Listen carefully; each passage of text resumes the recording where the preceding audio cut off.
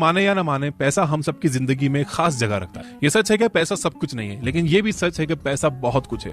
आपको कपड़े लेने हैं तो पैसा चाहिए, खाना खाना है तो पैसा चाहिए, इलाज करवाना है तो पैसा चाहिए। आज इस वीडियो में जो फ्रेमवर्क मैं आपको बताने वाला हूँ, ये एग्जैक्ट वही फ्रेमवर्क है जो मिलियनर्स और बिलियनर्स ने इस्तेमाल किया है अमीर होने के लिए। हम लोग चाहते थे इस फ्रेमवर्क पर एक 5000 का कोर्स बनाकर बेच सकते थे या एक 500 रुपए की किताब बनाकर बेच सकते थे, और वो खरीदने पर आपका एक एक पैसा वसूल होता। लेकिन हम लोगों ने इसे फ्री में देने का सोचा, क्योंकि आप लोगों ने हमें ऑलरेडी बहुत प्यार दिया है। सीधी सीधी बात कहूं तो इस वीडियो में आपको जो 15 स्टेप्स फ्रेमवर्क मिलने वाला है, अगर आप उसे फॉलो करोगे तो जरूर अमीर बनोगे। और ये भी कम्युनिटी में कोई ऐसे लोग हैं जिन्होंने ऑलरेडी वेल्थ बनाई है, पैसा बनाया है, तो उन लोगों से रिक्वेस्ट है कि आप कमेंट करके कंफर्म कर दो कि आपने भी इसी तरह से या इससे मिलते जुलते तरीके से पैसा बनाया है या नहीं। और अगर आपने इतना पैसा नहीं बनाया लेकिन आप में पैसा कमाने का जुनून है, तो आप यस आई विल कमेंट कर देना। अगर मैं अपनी बात करूं तो मैंने अपने मल्टीपल बिजनेसेस में इसी फ्रेमवर्क से 3 करोड़ रुपए से ज्यादा का रेवेन्यू जनरेट किया है। हमारी टीम ने सैकड़ों बिजनेसेस, बिजनेस मॉडल्स और हजारों सेल्फ मेड इंडिविजुअल्स को स्टडी करने के बाद ये फ्रेमवर्क बनाया है। बिलियनर्स हो या स्मॉल बिजनेस ओनर्स, सब यही पाथ फॉलो करते हैं। इसलिए मैं चाहता हूं कि आप अपनी डायरी, पेन, पेंसिल साथ रखकर ये वीडियो देखो और नोट्स बनाते जाओ, ताकि आपका कामयाबी का रास्ता हमेशा आपकी नजरों के सामने रहे। वीडियो शुरू करने और वेल्थ बिल्डिंग के एक्चुअल स्टेप्स में जाने से पहले कुछ बातें समझना बहुत जरूरी है। Number 1, we all are not same. हम सब एक दूसरे से अलग हैं। हर एक की अपनी फाइनेंशियल, एजुकेशनल, पर्सनल और एनवायरमेंटल सिचुएशंस है। यानी हमारी फिनिश लाइन भले ही एक हो, लेकिन हम सब की स्टार्टिंग लाइन काफी अलग है। Number 2, date. डेट यानी कर्जा, आज की दुनिया का सबसे टेम्पटिंग वर्ड। आपको एहसास भी नहीं होता कि आप अपनी सैलरी या प्रॉफिट का एक बड़ा हिस्सा खो रहे हो।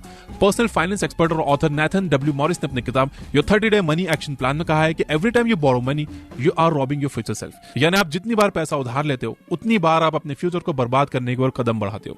लेकिन रॉबर्ट कियोसाकी तो कहते हैं कि डेट अच्छा है। चलिए आज आपका कंफ्यूजन दूर कर देते हैं। चाहे आपने गुड डेट लिया हो या बैड, बिना रिपेमेंट प्लान के लिया हुआ डेट हमेशा बुरा होता है। कंज्यूमर फाइनेंशियल प्रोटेक्शन ब्यूरो की माने तो डेट टू इनकम रेशियो का 43% से ज्यादा होना आपकी सेविंग्स पर भारी पड़ सकता है। इसका मतलब यह है कि जो आपकी मंथली इनकम है और जो आपकी ईएमआई मंथली जा रही है, उसका रेशियो आपकी इनकम से 43% से ज्यादा नहीं होना चाहिए। यानी कि मान लो 100 रुपए आपकी मंथली इनकम है और 43 रुपए से ज्यादा आपकी ईएमआई जा रही है, तो ये आपके लिए भारी पड़ सकता है और आपकी लाइफ मिजरेबल बना सकता है। इस फ्रेमवर्क पर काम शुरू करने से पहले अगर आपके ऊपर कोई कर्ज है तो एक जॉब करो या एक सिक्योर सोर्स ऑफ इनकम बनाओ।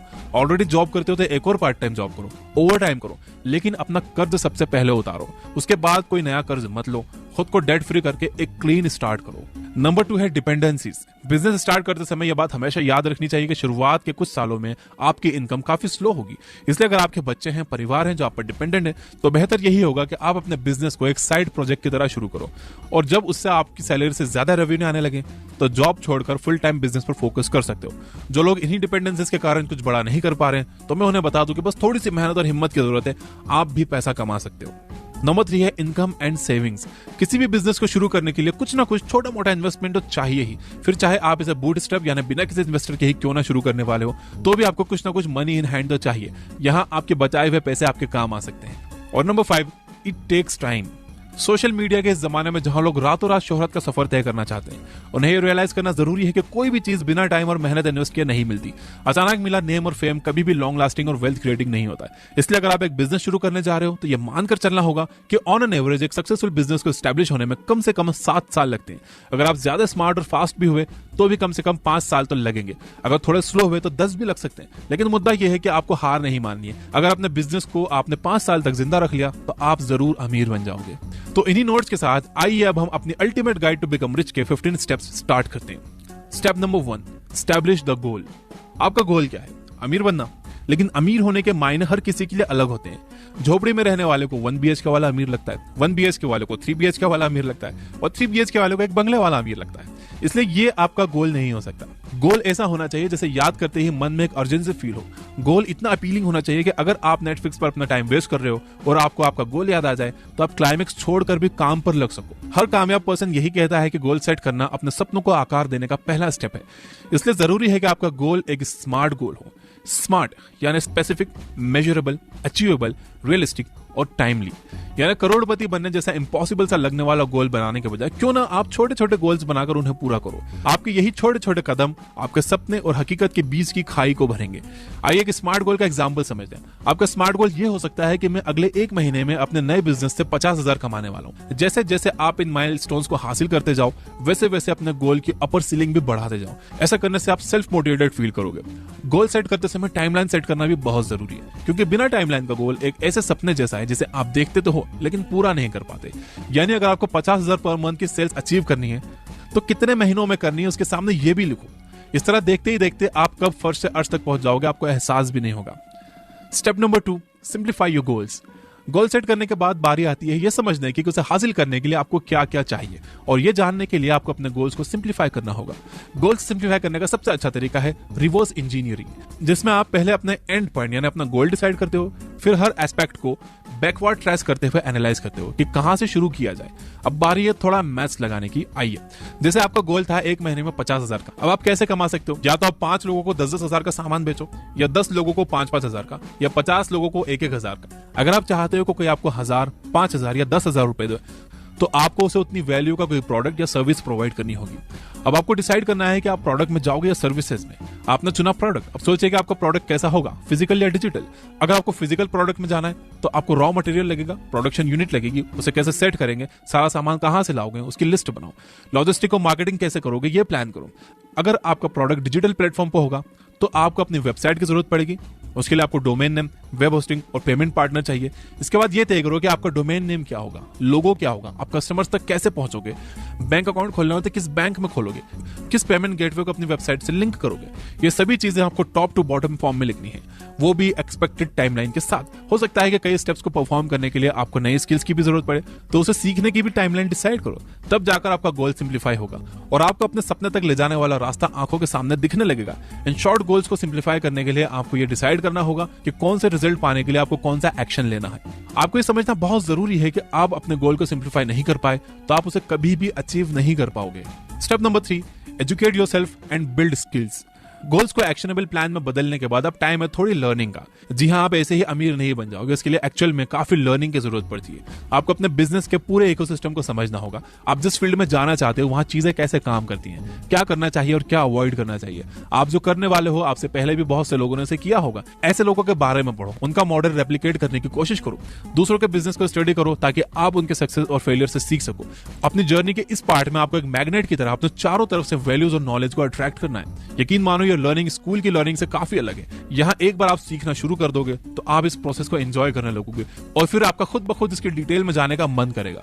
हर बड़ी चीज की शुरुआत लर्निंग से ही होती है। सभी सक्सेसफुल लोग यही कहते हैं कि सेल्फ लर्निंग उन्हें और भी सक्सेसफुल होने में हेल्प करती है। वो जितना ज्यादा मीनिंगफुल नॉलेज गेन करते हैं उनकी जर्नी उतनी मजेदार होती जाती है। लेकिन सीखने का सफर केवल थ्योरी तक सीमित नहीं है, आपको हर चीज का प्रैक्टिकल करके भी देखना होगा। जैसे क्रिकेट का छक्का कैसे मारना है ये आप किसी किताब से नहीं सीख सकते, उसी तरह बिजनेस का छक्का मारना भी आप प्रैक्टिस से सीख सकते हो। अपनी लर्निंग्स को आप जितना ज्यादा अप्लाई करोगे आप उसमें उतना माहिर होते जाओगे और धीरे धीरे आपकी लर्निंग्स आपकी स्किल्स में बदल जाएगी।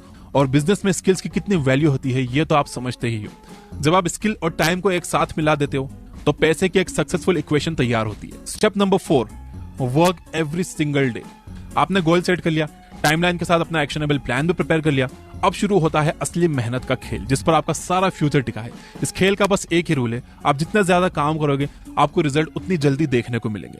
आप यूं समझ लो कि आपका सपना किसी मूर्ति की तरह है जो एक बड़े पत्थर के रूप में तराशे जाने का इंतजार कर रही है। एक बार आपने तराशने की स्किल सीख ली, फिर आप जितनी जल्दी तराशेंगे आपकी मूर्ति उतनी जल्दी तैयार होगी। एक तरह से यह आपका टेस्ट है कि आप अपने सपने के लिए कितने सीरियस हो, आप में कितनी शिद्दत है। अगर आपने ये मान लिया कि ये वही काम है जिसके लिए आप बने हो तो हार मत मानिए, चाहे सिचुएशन जो भी हो।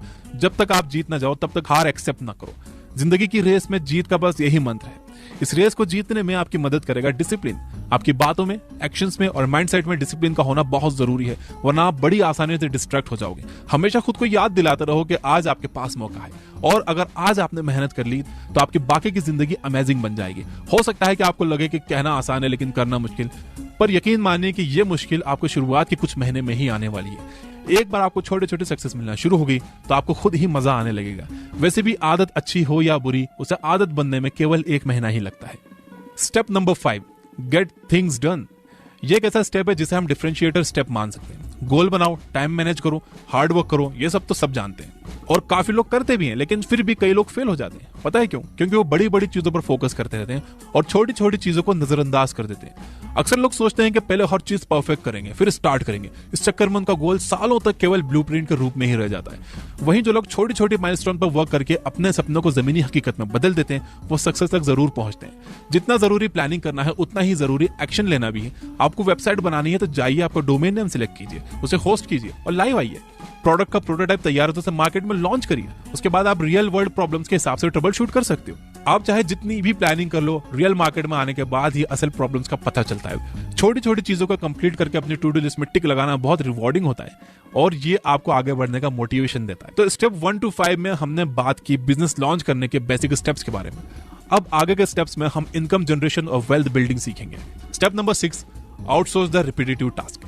बिजनेस चलाने के लिए बहुत सी चीजें चाहिए। हो सकता है कि आप अपना 80% काम खुद करना चाहो और शुरुआत में ये पॉसिबल भी हो। मेल चेक करना, क्लाइंट से बात करना, उन्हें रिप्लाई करना, प्रोडक्ट डिजाइनिंग से लेकर पैकेजिंग तक सब आप खुद कर सकते हो। लेकिन सवाल यह है कि कब तक? एक पॉइंट के बाद आप एग्जॉस्ट हो जाओगे। इस तरह से आप अपने बिजनेस को कभी स्केल नहीं कर सकते। अगर आप कुछ बड़ा बनाना चाहते हो तो आपको अपना बिजनेस ऑटोमेट करना होगा। बिजनेस में बहुत से ऐसे काम होते हैं जिन्हें किसी क्रिएटिविटी की जरूरत नहीं होती, जैसे mail reading and replying, product packing. ऐसे ही कई रिपीटेटिव कामों के लिए आप दूसरों को हायर कर सकते हो। हायर करते समय यह ध्यान जरूर रखो कि आपके बिजनेस के लिए कोई भी उतनी शिद्दत से काम नहीं कर सकता जैसे आप करते हो। अब आपको अपना क्लोन मिलना तो पॉसिबल नहीं है, इसलिए ऐसे लोगों को काम पर रखो जिनमें सीखने की लगन हो। ऐसे लोग आसानी से इंस्ट्रक्शंस फॉलो करते हैं। देखो, आपको कभी भी ऐसा कोई इंसान नहीं मिलेगा जो 100% आपके जैसा काम कर सके। Use what you have got book में ऑथर बारबरा कोकोरन कहती हैं कि अगर कोई आपका 80% काम भी कर रहा है ना, तो आपको उसे आउटसोर्स कर देना चाहिए। जिस दिन आप अपने बिजनेस को 80% तक ऑटोमेट करने में कामयाब हो गए, उस दिन आपका बिजनेस एक बड़ा वेंचर बनने के लिए तैयार हो जाएगा और आपके हाथ में अभी 20% क्रिएटिव साइड रहेगा, जिसमें आप अपने स्किल्स की मदद से कुछ नया कर सकते हो। Step number 7, analyse and improve. Step 6 के बाद आपके पास अपना बिजनेस होगा, सर्वाइव करने के लिए इनकम भी आने लगेगी, लेकिन अभी भी आप आधे सक्सेसफुली कहलाओगे। सक्सेस का असली स्वाद चखने के लिए अब जरूरत है बिजनेस को एक नए आयाम पर ले जाने की, जिसके लिए आपको करनी होगी एनालिसिस और इंप्रूवमेंट। कहा जाता है कि no one knows your business better than you, यानी आपके बिजनेस को आपसे बेहतर कोई नहीं समझ सकता। इसलिए ये आपकी जिम्मेदारी है कि अपने बिजनेस की गाड़ी की स्टीयरिंग अपने हाथ में लो और उसे सही डायरेक्शन में ले जाओ। पहली जरूरी बात, आपके पास अपने बिजनेस की हर डिटेल्ड रिपोर्ट होनी चाहिए ताकि आप ये पता लगा सको कि आपके लिए क्या काम कर रहा है और क्या नहीं। इससे आपको फ्यूचर स्ट्रेटेजी बनाने में हेल्प मिलेगी। दूसरी बात कि आप अपने कॉम्पिटिटर्स की स्ट्रेटेजी जानो और एनालाइज करो कि उनके लिए क्या वर्क कर रहा है, उनका कस्टमर एक्विजिशन प्लान क्या है, वो कैसे रेवेन्यू जनरेट कर रहे हैं। जब आपको इन दोनों बातों की नॉलेज मिलने लगेगी तो आप अपने बिजनेस में जरूरी चेंजेस कर पाओगे, जो आगे जाके आपके बिजनेस को ग्रो करने में आपकी हेल्प करेंगे। इसके अलावा आपका सबसे इंपॉर्टेंट काम है अपने उन रिसोर्सेज को हैंडल करना जो आपके पास हैं। वो रिसोर्सेज हैं आपका रेवेन्यू, आपके साथ काम करने वाले लोग और आप खुद। आप इन तीनों को जितने अच्छे से मैनेज करोगे, आपका बिजनेस उतनी तेजी से ग्रो करेगा। जैसे ही आपका बिजनेस ग्रो करेगा, आपको एहसास होगा कि पैसा आना शुरू हो गया है, लेकिन पैसा कभी अकेला नहीं आता। उसके साथ आते हैं लालच, टेम्पटेशन और डिजायर्स। इस पॉइंट पर इन तीनों को कंट्रोल करना बहुत जरूरी है और यही हमारा अगला स्टेप काम में आता है। Step number 8, live like you are poor. यह एक बहुत जरूरी सबक है जो ज्यादातर लोगों को असल में अमीर होने से रोक देता है। यह सबक जिसने भी सीख लिया वो अपने फ्यूचर को अपनी मुट्ठी में करने में कामयाब होगा, और जिन्होंने नहीं सीखा वो सब कहीं ना कहीं मिडिल क्लास स्टेट में कैद होकर रह गए और कभी असली दौलत का स्वाद नहीं चख पाए। वो सबक है, the longer you live like you are poor, when you don't have to, the richer you become. यानी पैसे आने के बाद भी आप जितनी देर तक ये मानकर जियोगे कि आप गरीब हो, आप उतने ज्यादा अमीर बनते जाओगे। जी हाँ, आपने सही सुना। सेल्फ कंट्रोल ही वो इंपॉर्टेंट मंत्र है जो दिखावे और असलियत में फर्क बताता है। अपने हाथ में पैसा आते देख ख्वाहिशों के जाल में फंसना बहुत आसान है। आपको लगेगा कि आप लोगों को अपनी कामयाबी दिखाओ, आपकी नई कार, महंगा फोन। आखिर आपने 5 साल मेहनत की है, तो अब जब ये पैसा आने लगा है तो आप खुद को अपनी मेहनत का रिवॉर्ड क्यों ना दो, क्यों ना ऐसे खर्च करो, क्यों ना लोगों को दिखाओ। बात सोचने में तो एकदम सही लगती है। अब जबकि आप ये सब अफोर्ड कर सकते हो तो आखिर क्यों ना लो। और इसी सोच के साथ मिडिल क्लास बने रहने का रोड मैप तैयार होता है। आपने बहुत मेहनत की, लगभग आधे से ज्यादा रेस दौड़ ली, लेकिन अभी भी आप फिनिश लाइन तक नहीं पहुंचे हो। अभी रेस खत्म नहीं हुई है। फिनिश लाइन पर पहुंचे बिना आप खुद को मेडल कैसे दे सकते हो। इस स्टेप पर आकर सेल्फ कंट्रोल और डिसिप्लिन बहुत जरूरी हो जाता है, ताकि आप सिर्फ अमीर दिखने में ही ना रह जाओ बल्कि असल में अमीर बनो।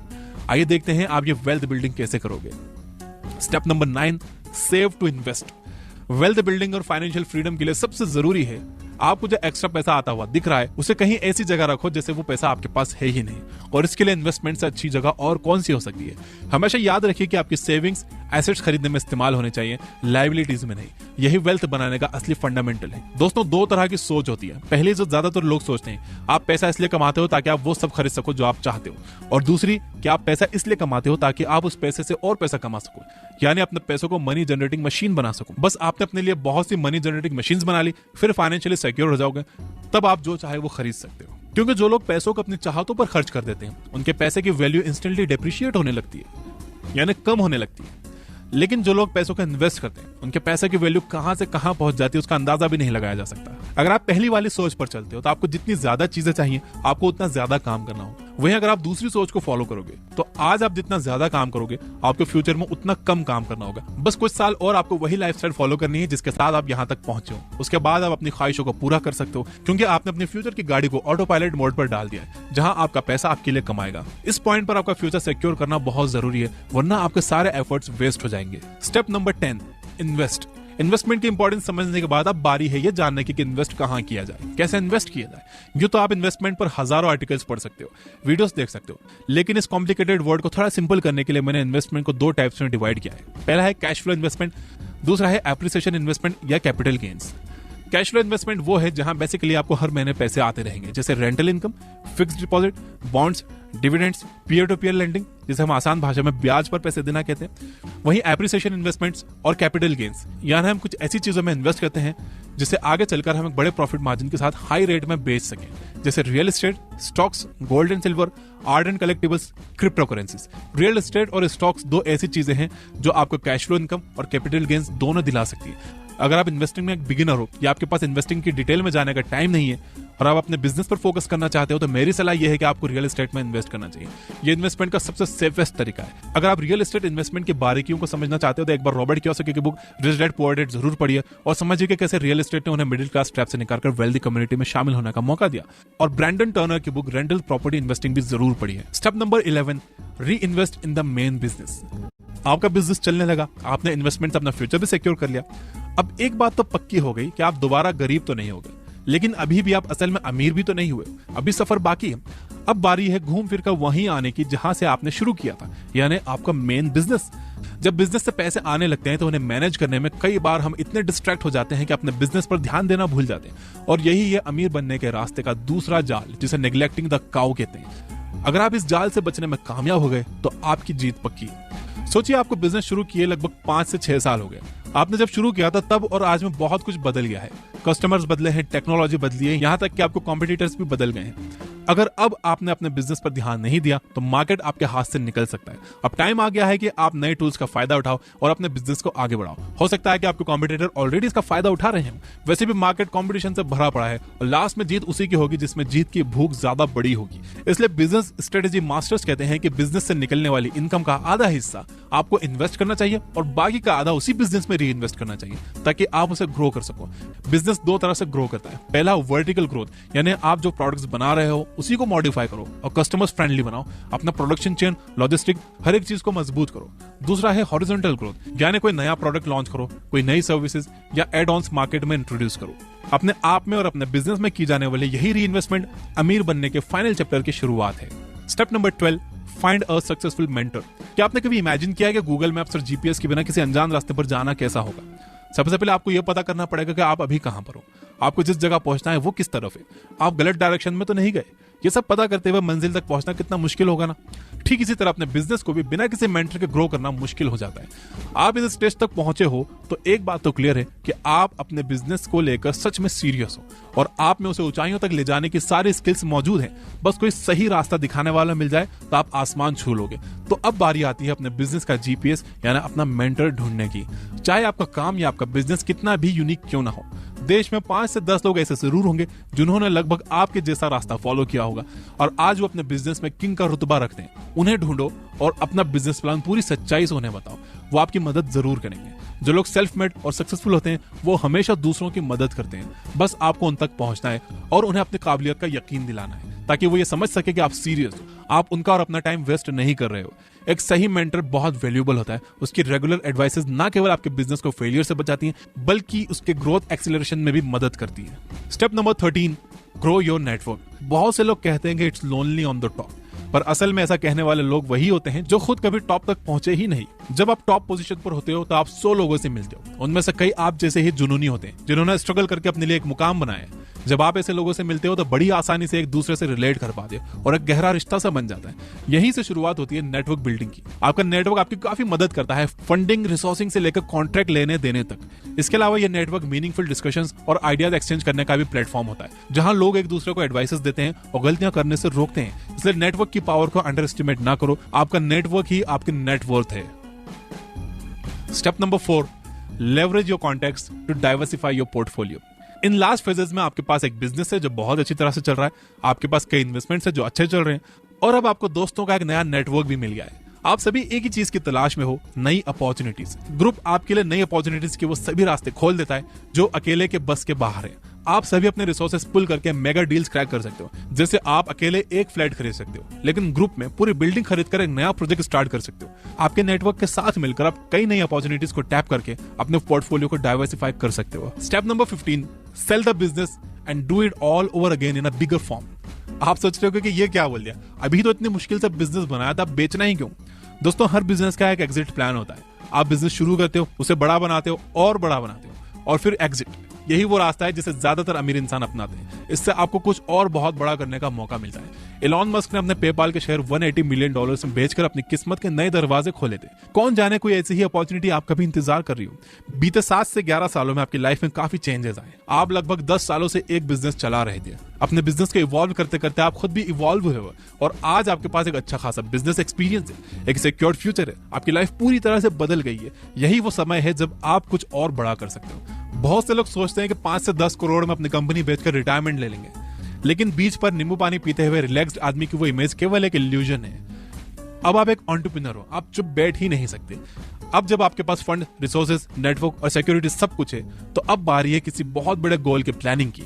यही लाइफ और सक्सेस दोनों का मंत्र है। दुनिया, देश, परिवार और खुद के लिए यूजफुल होने में ही खुशी है, और जिंदगी सेटिस्फाइड रहने से ज्यादा खुश रहने का नाम है। तो दोस्तों, ये थी 15 steps, ultimate guide to become rich. बहुत मेहनत की है वीडियो बनाने में। लाइक जरूर कर देना और अपने सभी दोस्तों के साथ इसे शेयर करना। लाइक करने में और शेयर करने में कंजूसी मत करना।